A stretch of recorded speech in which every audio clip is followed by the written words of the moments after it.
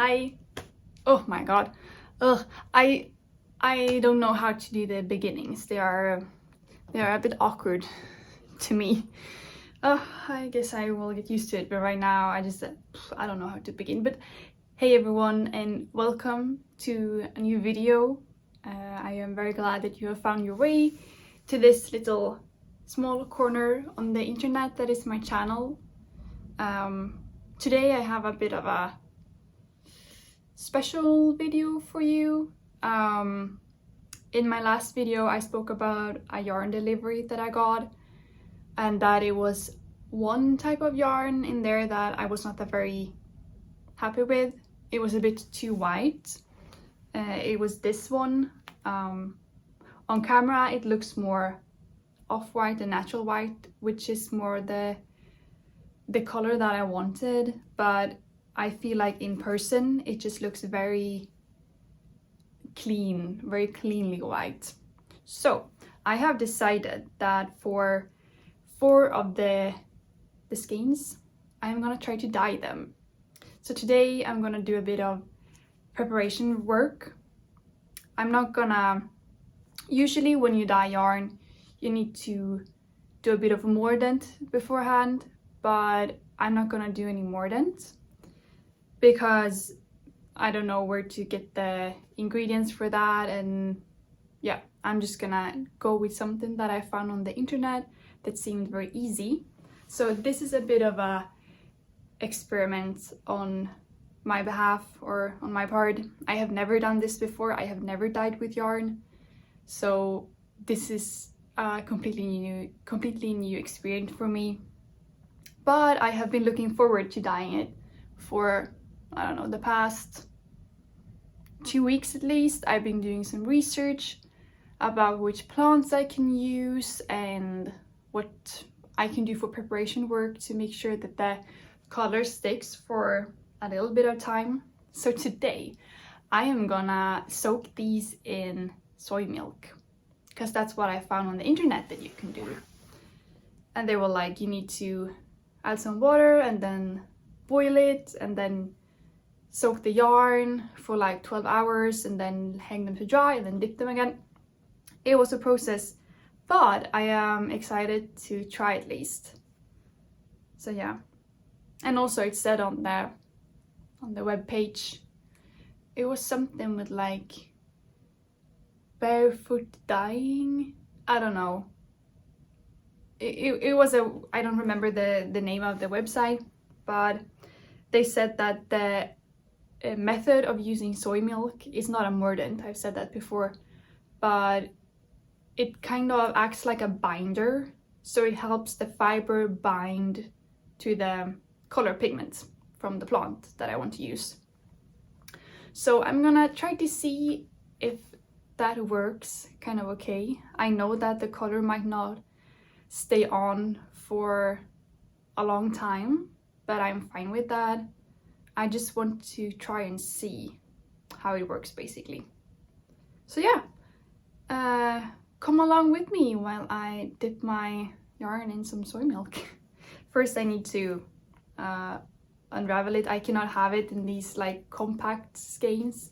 They need to be a bit more fluffy, so I don't have a yarn wind? What is it called? The thing, you know, the thing you use when you want to cake up some yarn. It's like a big thing that you put your yarn around. I don't have that. So I'm gonna see if I can put it over my chairs instead, because I just need to unravel it somehow. So yeah, that's what I'm gonna do today, so tag along!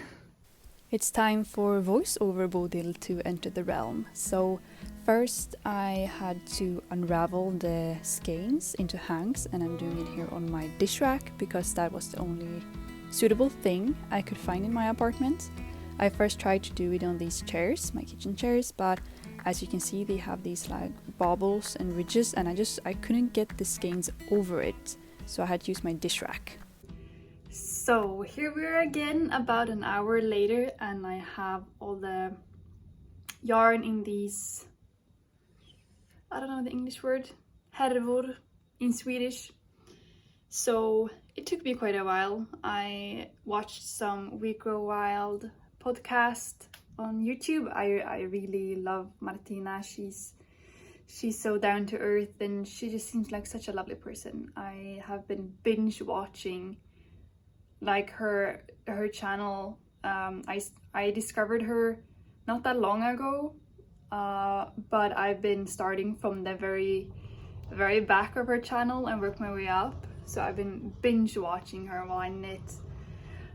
But anyway, time to soak these ones in some soy milk and hope for the best. The yarn needs to be pre-damped before adding it into the soy milk, so I have just put it in some water, and I'm using unflavored and non-additive soy milk.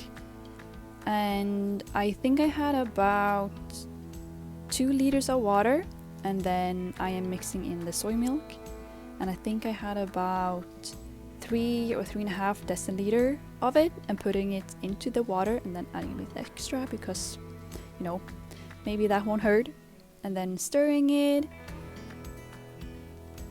And then I am wringing out is called that? Maybe I'm taking out the excess water, and then it's just to dip it into the soy milk.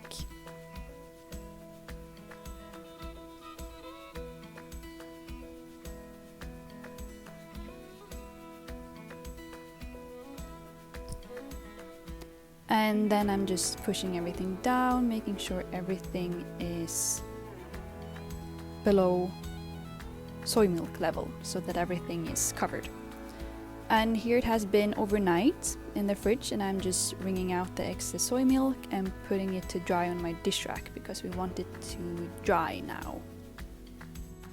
Hey, today is day 3, I believe. Yes, day 3 of the soy milk dye preparing experiment. So today is pretty much the last day where we need to kind of soak the yarn in the soy milk. So I'm gonna dip it again. The yarn has completely dried from last time, so now I'm gonna dip it again like 6 or 7 times, and then let it hang to dry again, and that is the last thing we will do with it. And after that, the next step is to prepare the plant dye, which I will do a bit later, I think in a few weeks maybe. So today's the last day with the soy milk experiment, so let's go ahead and do that.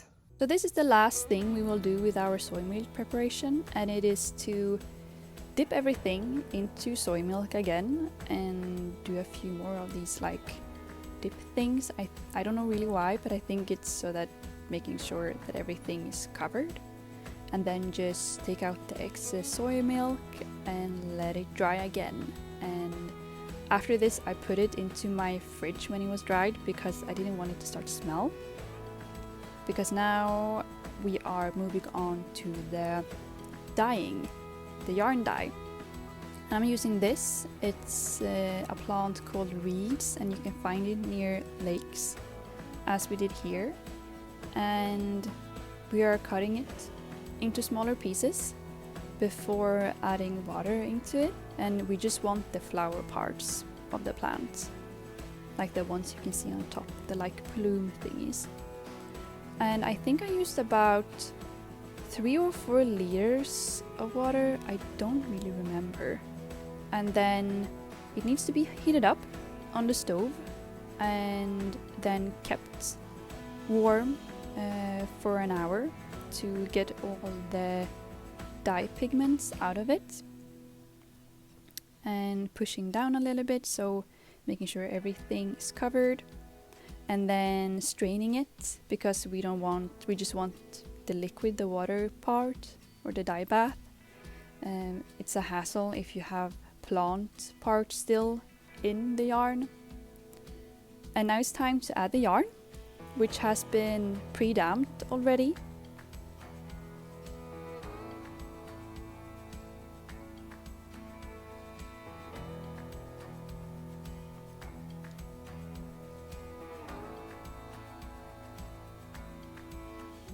And we want this to heat up slowly, and then keep it at 85 degrees for an hour. And I also decided to add a copper pipe because nothing was happening, like the color wasn't changing that much, so I added a copper pipe, but it didn't do that much. And here's the result of this time of the reeds, and I was not happy with it, so me and my mum, we decided to re-dye it with red onion skins instead.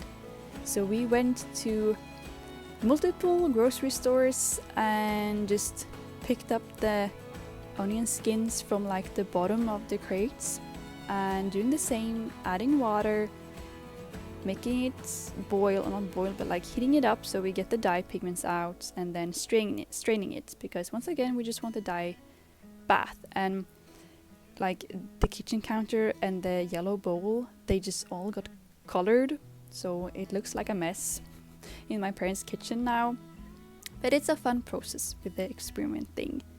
And here we're adding the reed dyed yarn, and I'm loving this color that the red onion skins give here, much better than the color that you can see the dry color on top, or this color that was the result from the reeds, because to me the reeds gave like noodle color, which I'm not a fan of. It was supposed to turn green, but yeah, that didn't happen. So we had high hopes for the onion skins instead.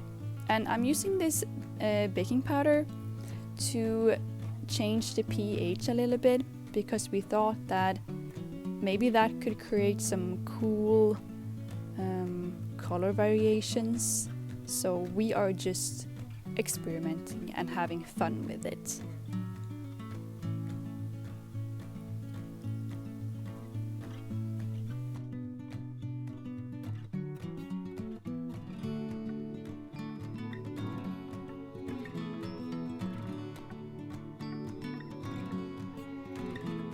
And here we have the final result from the red onion skin dye bath. And they have some color variations. Some are more green, some are more pink, and I think the pink ones are the ones that we use baking soda on. I'm not entirely sure. I should have labeled them to better know. And here they are dry, and my adorable cat Tesla, she wanted to join the video, show how cute she is.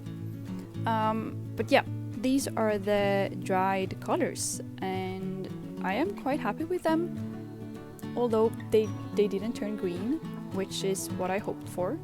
But I managed to get, or me and my mum, we managed to get some color variations out of them, which is really cool. And now we just needed to wind them up into skeins again. And yet again, my mum helped me, which was really, really nice of her. It took a long time to wind them up into skeins.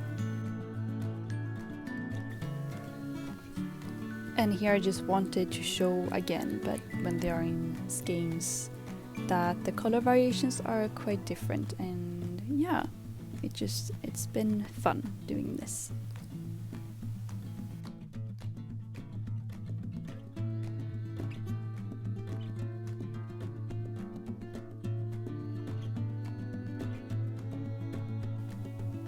Here's also a project that I started with one of the skeins. It's the Ripple Bralette that I have started on.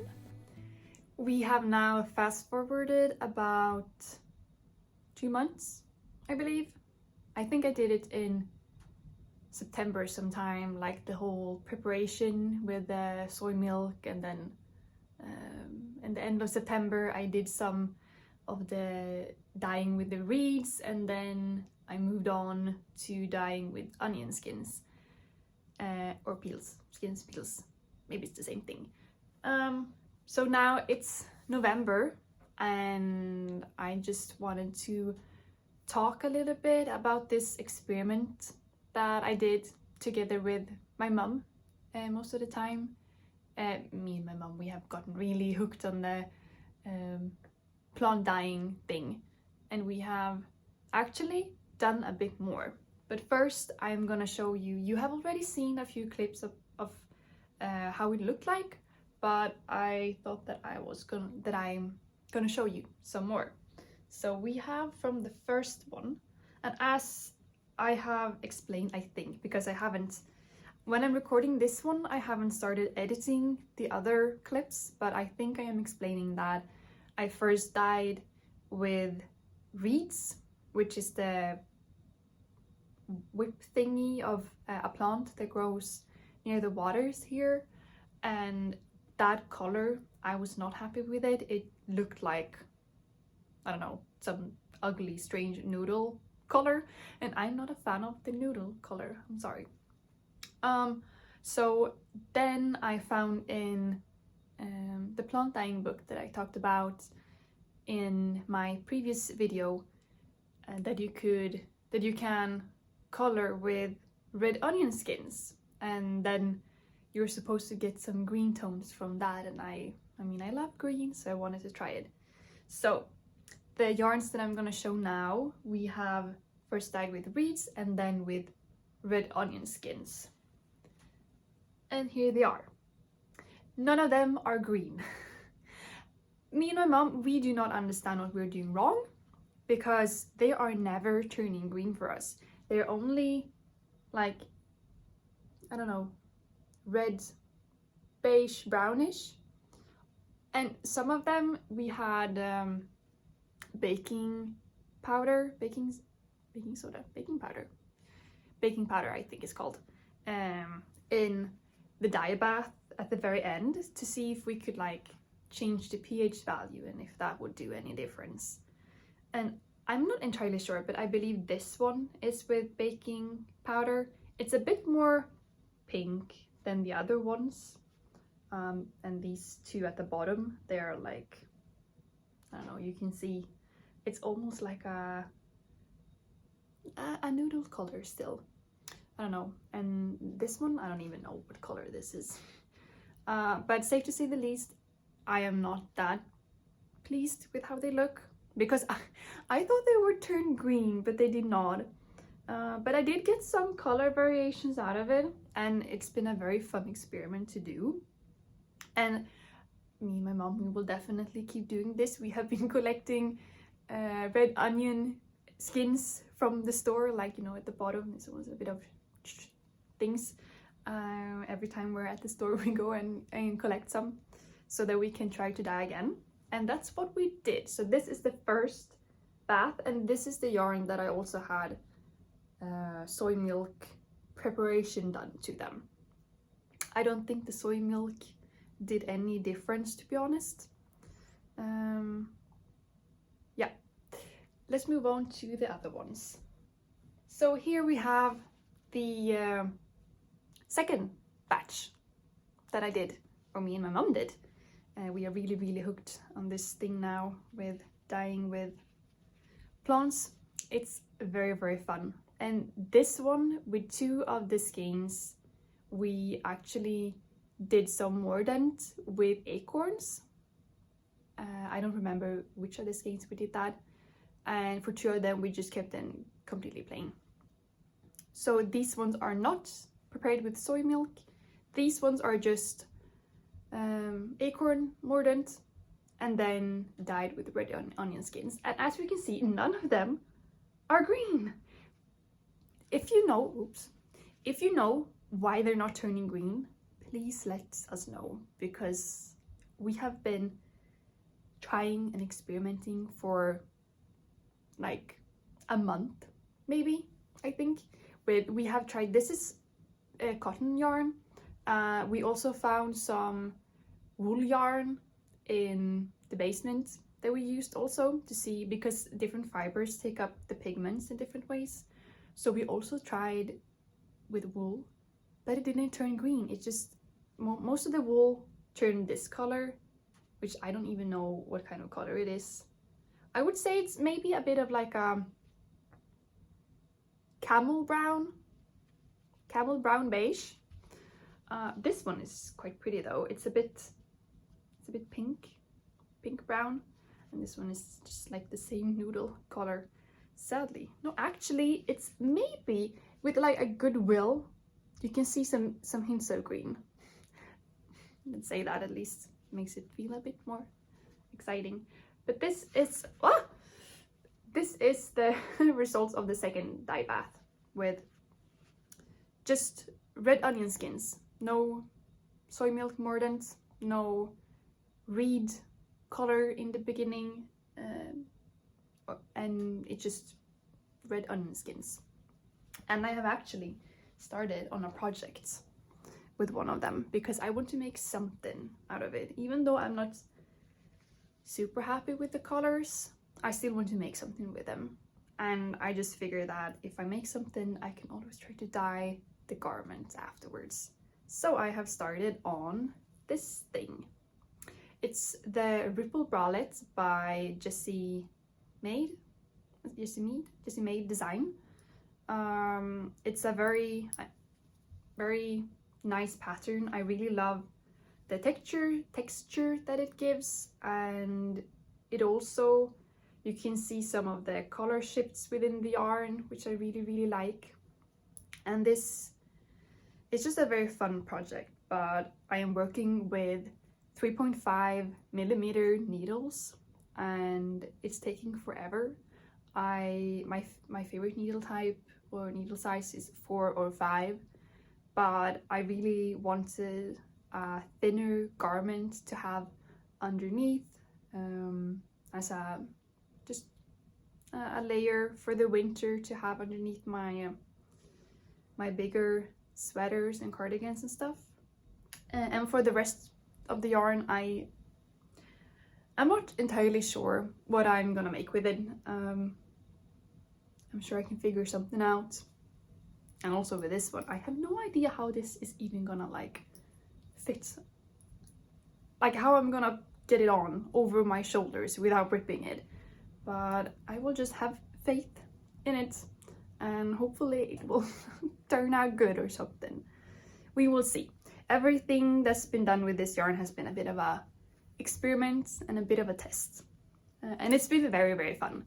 This process has been so fun, and like I've said multiple times now, that me and my mom, we're gonna try to dye with some more things. It was some plant that I was thinking about trying next. I don't remember what it was, but for the upcoming summer, I'm saying that like it's spring. No, it's November. Summer, that will be in 6 months, maybe more. I'm gonna try to plant some flowers and some other type of plants that I can dye with, because I really want to continue with this. It's been a lot of fun. So I will keep you guys updated on that process when it becomes closer to spring, hopefully. Yeah, I think that was it for this video. Thank you all so much for watching and for being along on this journey. I have no idea if it was any, like, if it was informational or anything, but it has been very fun, this process, and I hope you guys also have enjoyed it and that you are inspired maybe to also try to plant dye, because it is fun. I have said it many times, but it is fun, and it's very like exciting to see what the results will be, because you never know. We thought this would be green, but no, it was not. We got a lot of other different colors. But thank you all, and I hope you're having a wonderful day or morning or evening or whatever it is you're watching this one, and take care. Okay, bye bye, see ya.